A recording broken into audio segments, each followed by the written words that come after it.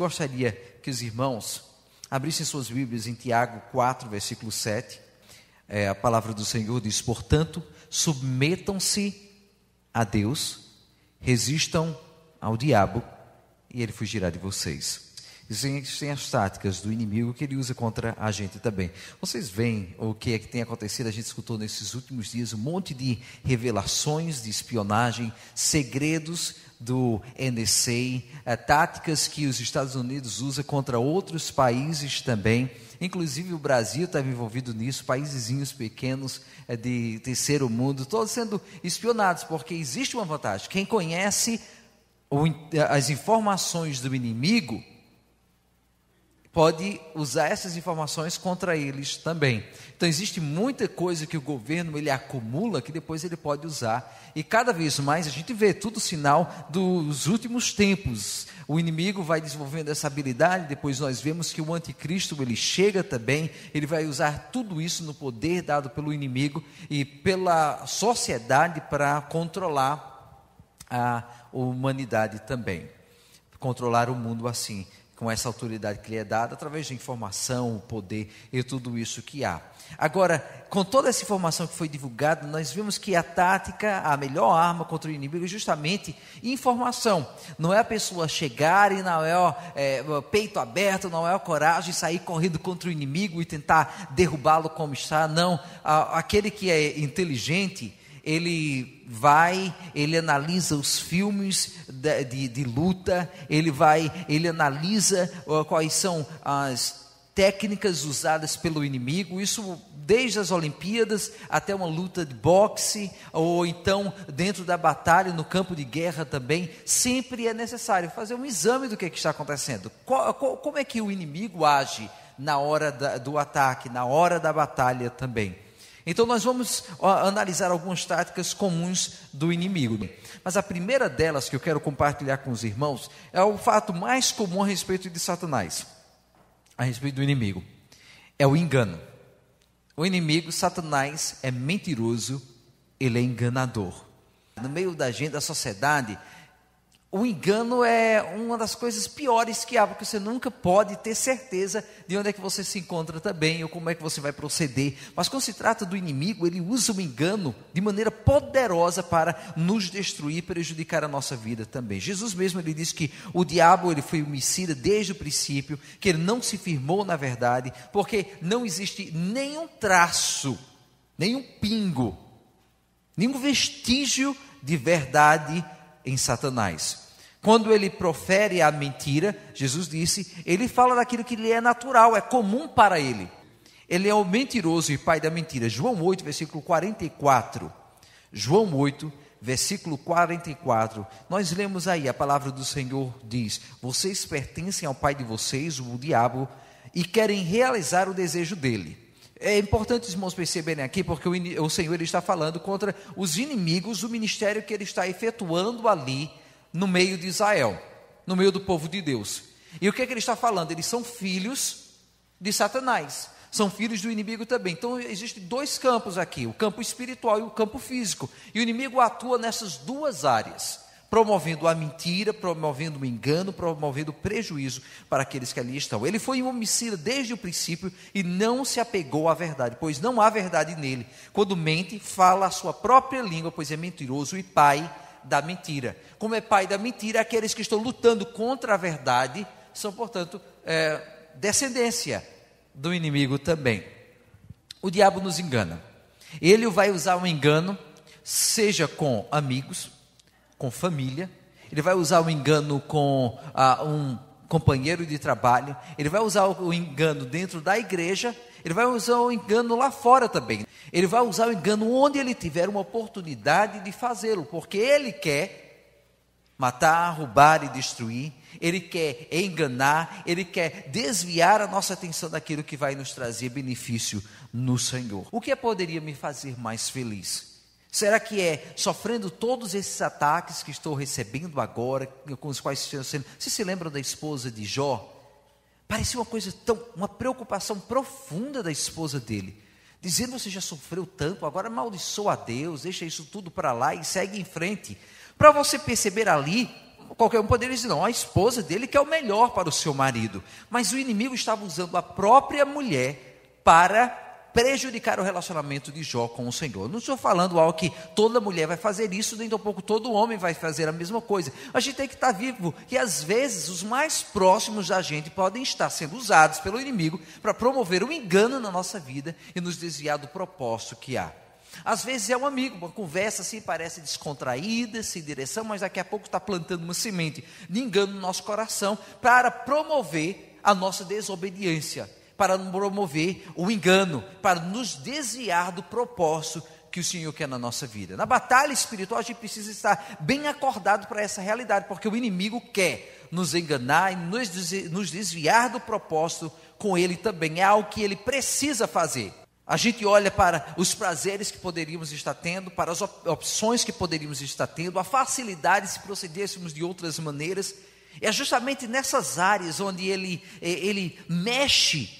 Às vezes não é nenhuma mentira descarada, é só dar uma mexidinha com os fatos, para desviar a nossa atenção do princípio que há também. Não foi você que errou, foi fulano, a culpa é dele. Então você não precisa pedir perdão a Deus, a culpa é dele em primeiro lugar. Não, peraí, olha, isso não é sua responsabilidade. Você pode relaxar aí, você já fez demais pelo Senhor, agora é a vez dos outros fazerem. Você está vendo como parece uma coisa muito inocente, mas o inimigo está promovendo, através do engano, a desobediência da nossa parte também. Nós temos uma tendência natural de amar promessas vazias, de colocar a nossa esperança em falsas perspectivas. O diabo ele procura confundir, esconder a verdade sobre a nossa ação. Ele procura ofuscar a realidade do que nós estamos fazendo, justamente para evitar que a gente encare essa verdade como ela realmente é. Uma palavra dura, às vezes, ela é assim, não, eu estava com a cabeça quente, então me desculpe, é porque eu estava com a cabeça quente, então eu não tinha o direito de falar desta maneira. Não, nem com a cabeça quente eu tenho o direito de ofender alguém. O inimigo procura ofuscar as nossas ações para que elas se tornem, então, meramente uma desculpa e não um conserto, uma atitude de mudança aonde nós estamos também. Ele distorce, ele quer distorcer toda a verdade pelo ofuscar, promover ainda mais o engano, a separação, a distância, a desobediência. Não estou dizendo que é certo a gente enganar a criança, mas às vezes a melhor maneira de enganar uma criança é você pegar o brinquedo que ela não quer largar, você vai e de repente você esconde, a criança não vê, ela esquece do brinquedo. E o inimigo ele vê ali está a sua santidade, você está brincando com a sua santidade, feliz com a sua santidade, mas o inimigo quer tomar, então às vezes o que é que ele vai fazer? Ele vai simplesmente tentar esconder a verdade de você, a sua fé de você, o seu relacionamento com o Senhor. Ele quer apagá-lo da sua visão para você esquecer-se dele. Então é através do engano que ele consegue fazê-lo dessa maneira. Se ele aparecesse diretamente, a gente saberia dispensar com os enganos de Satanás imediatamente e continuar servindo o Senhor da maneira que ele quer. Agora perceba o que é que a palavra do Senhor ela nos diz que a palavra do Senhor nos fala dessa maneira, em 1 Tessalonicenses 3, versículo 5. Por essa razão, não suportando mais, enviei Timóteo para saber a respeito da fé que vocês têm, a fim de que o tentador não os seduzisse, tornando inútil o nosso esforço. Então perceba que a sua fé, que o seu relacionamento com o Senhor, que a sua conduta, nessa batalha espiritual, existe um campo onde o inimigo ele pode se tornar um sedutor para a sua vida. Ele sabe exatamente o que pode lhe influenciar naquele determinado momento. Talvez é a pena que você sente por si mesmo. Olha, veja o que eu passei, e veja que estou passando essa luta aqui, e então eu tenho razões de estar nesse ponto onde eu estou agora. Não veja as situações que estão se passando e eu tenho uma explicação para dar para o Senhor. A gente vê que as desculpas elas vieram desde Adão e Eva. Não foi a Eva, não foi a serpente, não foram os animais do campo que não vieram nos ajudar, foi a própria árvore, seja o que for. Mas o Senhor, Ele não quer saber disso. O erro é erro e precisa de mudança e precisa de reconhecimento ali também. Começou no início. O tentador, ele quer nos seduzir justamente onde existe espaço para que ele venha fazê-lo. Ele sabe como fazer o pecado atraente para a gente. A gente começa com a área onde deixamos, veja, a brecha que é aberta, a corrente que não foi quebrada. Nós deixamos um espaço aberto e o inimigo, então, ele vai, a partir dali, continuar oferecendo algo mais para nos puxar abaixo, nos carregar para distante deste relacionamento que nós precisamos ter com o Senhor também. E no meio disso tudo, ele começa a pegar até mesmo as próprias palavras e mudar o contexto delas. O aborto é escolha pessoal, é escolha reprodutiva, liberdade reprodutiva, é uma escolha da mulher, é a liberdade da mulher, e não é mais simplesmente o desmembramento de uma criança dentro da barriga de uma mãe. Mas às vezes nós precisamos abrir os nossos olhos e dizer: Senhor, eu entendo o que está acontecendo aqui. É o inimigo tentando me enganar para aceitar o pecado com maior facilidade e não tomar a minha postura de rejeitar o pecado, expulsá-lo da minha vida e estar próximo do Senhor também. Na batalha espiritual, que o Senhor pede de você aqui, que você não acredite em tudo o que você escuta e nem acreditar em tudo que você pensa. Volta para a palavra, volta para o Senhor, esclarece bem, porque a própria palavra de Deus diz que o coração do homem é enganoso. Para você ver como nós podemos facilmente nos desviar do propósito com o Senhor. Sabe o que que o inimigo ele faz? Ele faz justamente como acontece com o computador. Ele pega um hacker, ou então alguém que está mexendo com o computador ali, produz um vírus e ele joga aquele vírus no computador, e o computador ou fica completamente destruído, ou abre uma porta para que o hacker esteja atuando dentro do computador e pegando as suas informações também. Então o que é que o inimigo ele faz? Ele não vai pegar, muitas vezes ele não tem condição de chegar e destruir a sua vida completamente, não. Mas ele vai chegar com uma ideiazinha na sua mente, um sentimento no seu coração, e ele começa a te enganar e dizer: você tem razões de ficar com raiva, com ódio do seu marido, você tem razões de ficar com mágoas dos seus pais, você tem razão de ficar enfurecido contra o seu amigo. Você tem razões de ficar odiando a sua igreja. Por quê? Porque assim começam-se com o coração e com a mente, começa um engano que nos desvia do propósito com o Senhor. Mas, meus irmãos, o que precisamos fazer é tirar as desculpas. Desculpa é uma brecha para o inimigo. Desculpa é uma mentira. Então você encara o que está acontecendo diretamente disso. O inimigo não vai me usar para trazer engano, nem tampouco vai me usar para ser enganado também. Encara o inimigo diretamente. E nós mencionamos a outra vez: chame o pecado pelo pecado que é, reconheça o que está acontecendo, encara diretamente e diga: é aqui que eu estou, é aqui que preciso de mudança. O inimigo não vai continuar promovendo o engano na minha vida também. É isso que o Senhor pede de você. Uma outra área onde o inimigo ele está atuando é justamente na área da distração, que é uma forma de engano também. Hebreus 12, versículos 1 a 2, parte A.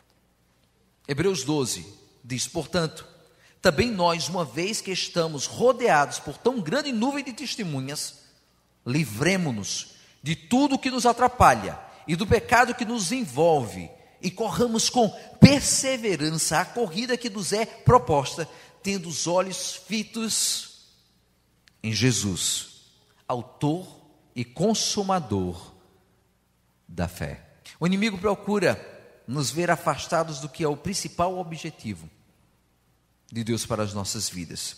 O nosso foco mais importante, acima de tudo, é Deus e é o céu. É por isso que nós temos que estar conquistando e nos enriquecendo lá nos céus, com tesouros que não são corroídos, que não são roubados, que não são tirados. É lá que está o nosso verdadeiro tesouro. Isso daqui, na verdade, é meramente uma oportunidade que o inimigo tem para nos distrair do propósito principal. Essa aqui é uma missão que nos leva para o nosso destino final na glória. Essa aqui não é o nosso destino.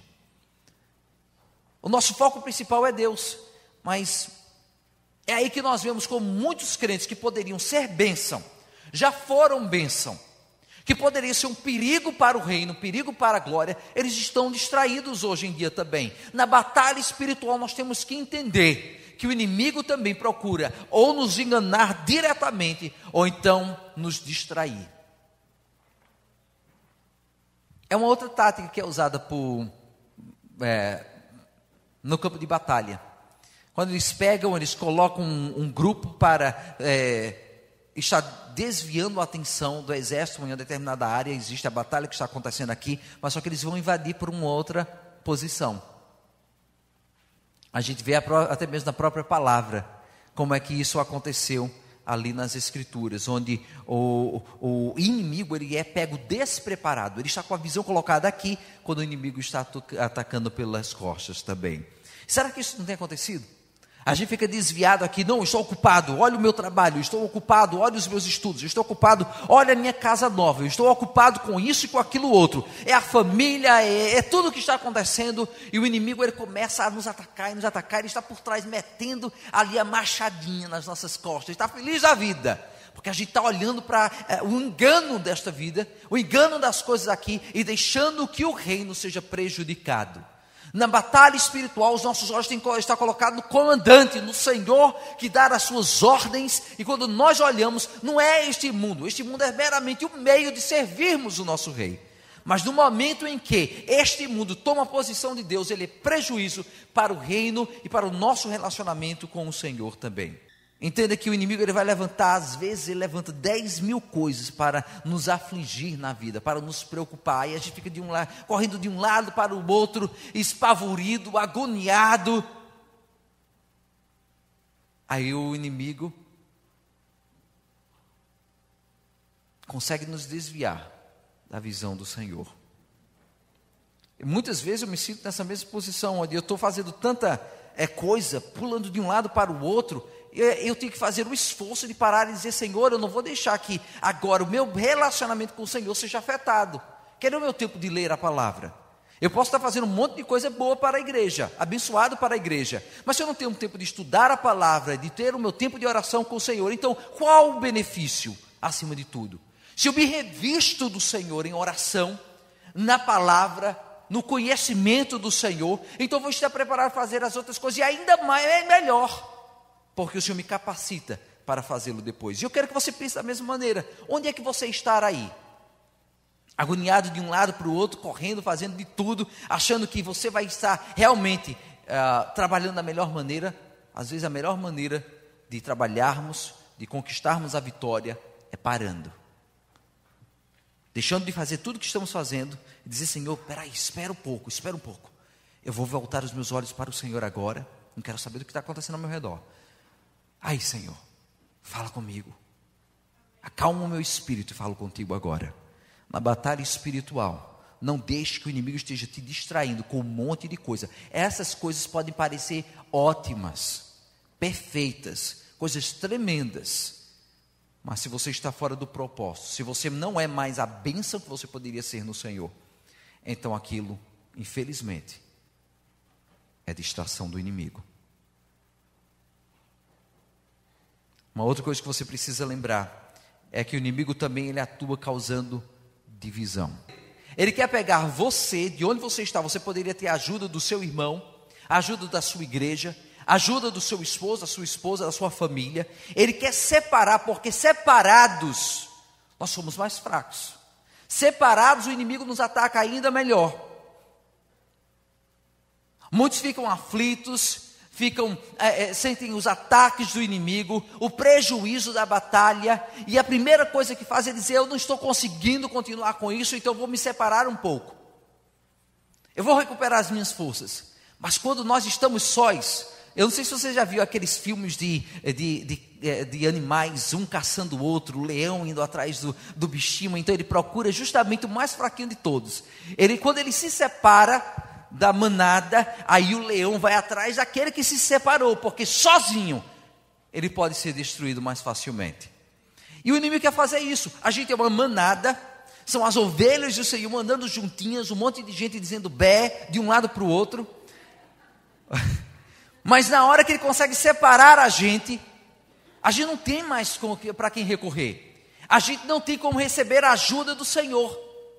Porque nós estamos sós, não temos como clamar. É aí que nós somos ainda melhor alvo do inimigo também. É divisão.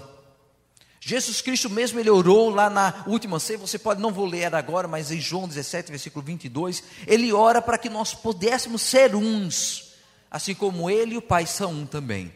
Porque Ele sabia da importância de sermos igreja, o corpo do Senhor, os filhos do Senhor unidos num propósito diante do Pai também.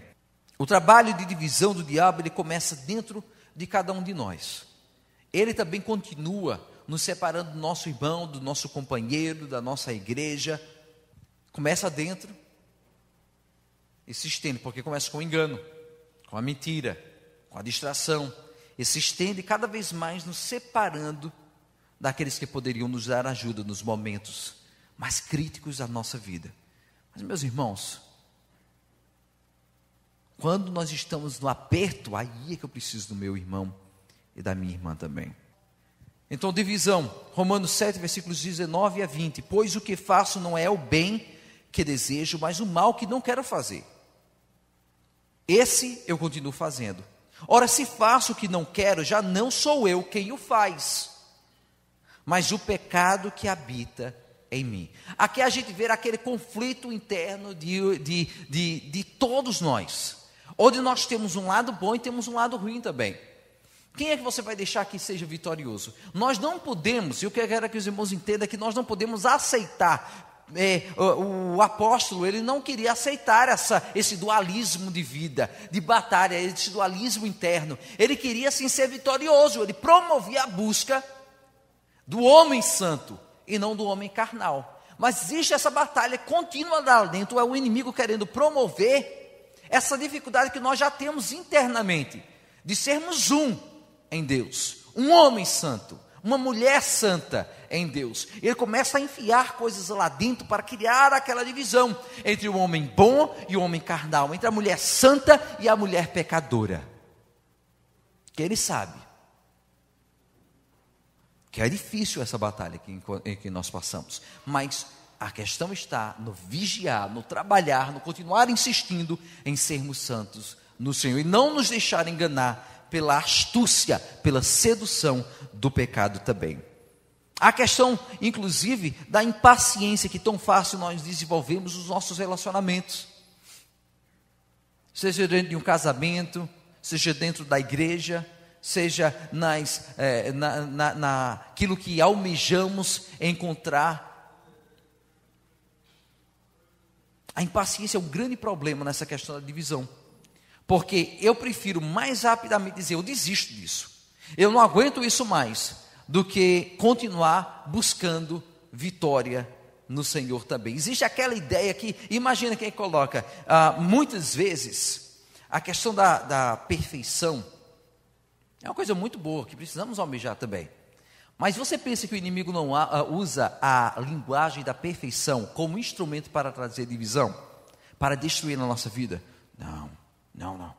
Você pode encontrar um povo mais perfeito. Você pode encontrar uma igreja mais perfeita. Não, você sabe aquele seu bom amigo, ele não é a pessoa que deveria ser. Você não precisa dar-lhe uma chance. Sabe o seu marido, a sua esposa? Então nós começamos a olhar as dificuldades, os problemas e nós começamos a dizer, realmente eu posso encontrar a perfeição, mas eu quero te trazer algo que é uma realidade. Perfeição não se encontra em lugar nenhum neste mundo. Não existe perfeição neste mundo. Onde nós estivermos, nós vamos encontrar problemas. E cabe a mim e cabe a você, nós chegarmos, corrermos e estar fazendo aquilo que pregamos as semanas passadas. Quebrando as correntes, tapando os buracos, deixando que o Senhor reine e que o inimigo não tenha acesso na nossa igreja, nas nossas famílias, na nossa vida, nos nossos relacionamentos. Cabe a mim e a você trazermos perfeição. Não cabe a nós esperarmos perfeição. Os irmãos estão entendendo? Porque a nossa vida aqui é sempre de luta, de almejar, de buscar chegar lá. Nós nunca vamos conseguir isto, mas nós continuamos nessa batalha, nessa carreira, nessa insistência, lutando, esperando do Senhor essa graça que Ele tem para nos dar também.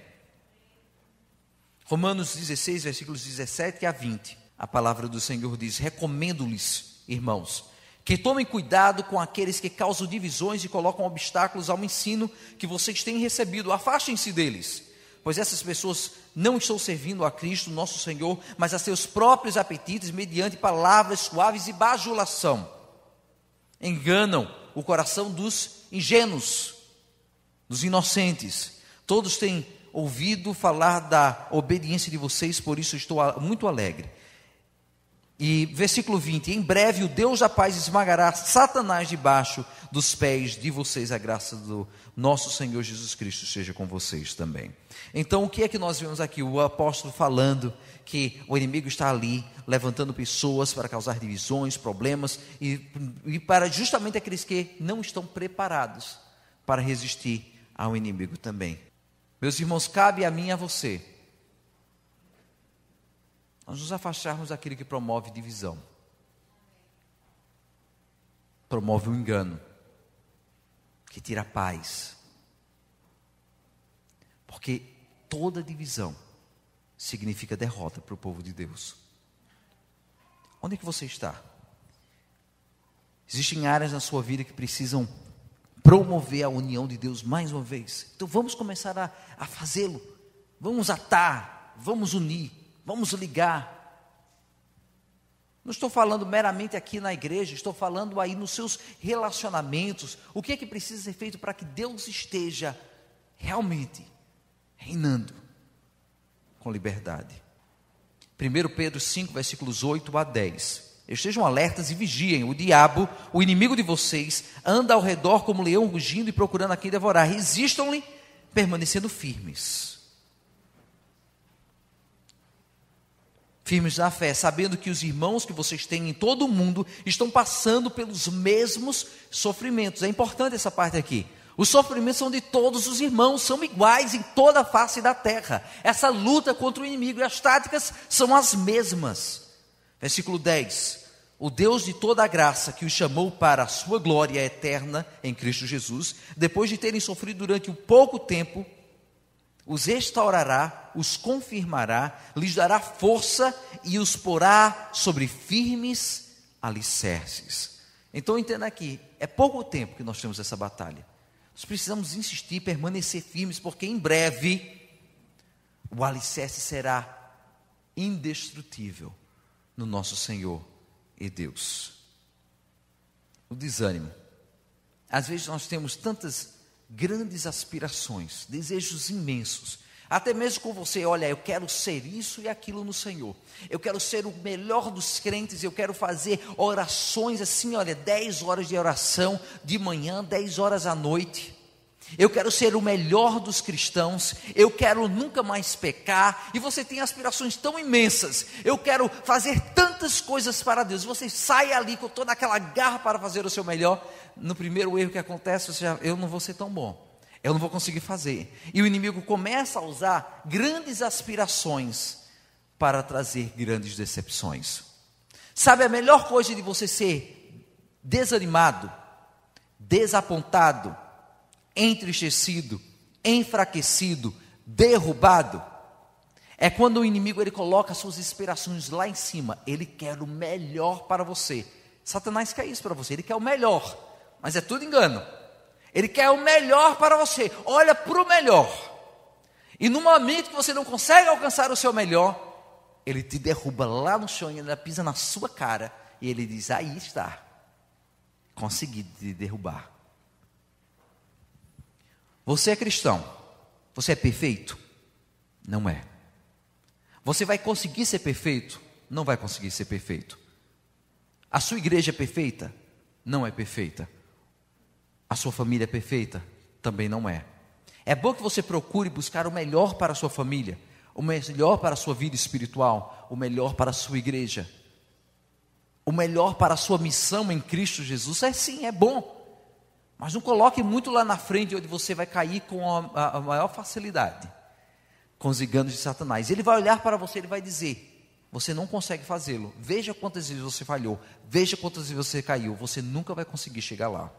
Então abre os seus olhos para isso daí, porque o inimigo também engana, levantando demais as nossas expectativas. É muito mais fácil você começar dizendo: Senhor, eu vou lutar para eu tirar um minuto de oração contigo de manhã. Vou passar uma semana toda orando contigo por 1 minuto. Eu vou ler um versículo da Bíblia todo dia. Se conseguiu fazê-lo, glória a Deus, que bênção. A próxima semana aumenta para 2 minutos e 2 versículos. Vai fazendo isso para você ver como o Senhor ele não vai te fortalecer com a conquista do que você pode receber. Ao invés de você dizer: eu vou orar por 3 horas, primeira semana você já vai ser ninguém. E o inimigo vai ser: você é inútil mesmo, imprestável. Eu vou ler a Bíblia todo dia. Aí você quer ler um livro da Bíblia todo, não consegue fazer, o inimigo te derruba. Começa com algo que você consegue alcançar, você consegue receber do Senhor, você consegue pequenas vitórias que te levam a grandes vitórias. Não busque grandes vitórias que te trazem uma grande derrota, um grande desânimo e um grande baque. Meus irmãos, aqui está algo que você precisa entender. O que o Senhor exige de nós para resistirmos o desânimo é a humildade da nossa parte. Nós somos perfeitos, estamos no lugar perfeito, vamos ter coisas perfeitas. Meus irmãos, não vamos. Coloca isso na sua cabeça de cara, porque a melhor maneira de você resistir o desânimo, como está a tua família? Aceite as imperfeições e depois lute contra elas. Como está a sua vida com Deus? Entenda que você é imperfeito e devagarinho vá lutando contra as imperfeições. Coloque metas que você pode alcançar e vá tentando alcançá-las devagar, no Senhor, com o auxílio dEle, com a graça dEle. É assim que você consegue lutar contra o desânimo e contra a derrota também. Lucas 18, versículo 1 fala, é Jesus dizendo: então Jesus contou aos seus discípulos uma parábola. Não precisamos entrar na parábola, porque o que eu quero é justamente esse versículo aqui somente, para mostrar-lhes que eles deviam orar sempre e nunca desanimar. O Senhor usou uma parábola todinha para trazer uma pequena lição. Orem sempre e nunca desanimem. O inimigo quer nos desanimar, porque ele vai mostrar para a gente que somos imperfeitos, que não conseguimos alcançar isso e aquilo. Ele vai querer nos enganar e nos trazer desculpas para a nossa atitude, para o nosso egoísmo, para o nosso pecado, para as nossas falhas. Ele vai procurar nos distrair com toda sorte de coisas que parecem ser ótimas. É para o bem da minha família, não é para que eu esteja bem financeiramente, é para que eu consiga essas coisas que eu almejo desde que eu era criança. Mas você abandona os olhos do Senhor. O inimigo ele vai querer criar divisões, porque quando você está sozinho você é mais fraco. Ele vai querer te desanimar, para que você diga: realmente não vale a pena lutar por Deus, eu nunca vou conseguir. Tire tempo de jejum, de oração, de intercessão, de clamor. Entenda que nós somos fracos, mas no Senhor nós somos fortes. Ore sempre e nunca desanime. Então aqui é que está a questão. Nós começamos com aquele versículo, que nós precisamos nos submeter a Deus e resistir ao diabo, e ele fugirá de nós. Então até que ponto você está pronto a resistir o inimigo? Até que ponto você está pronto a se submeter a Deus? Amém?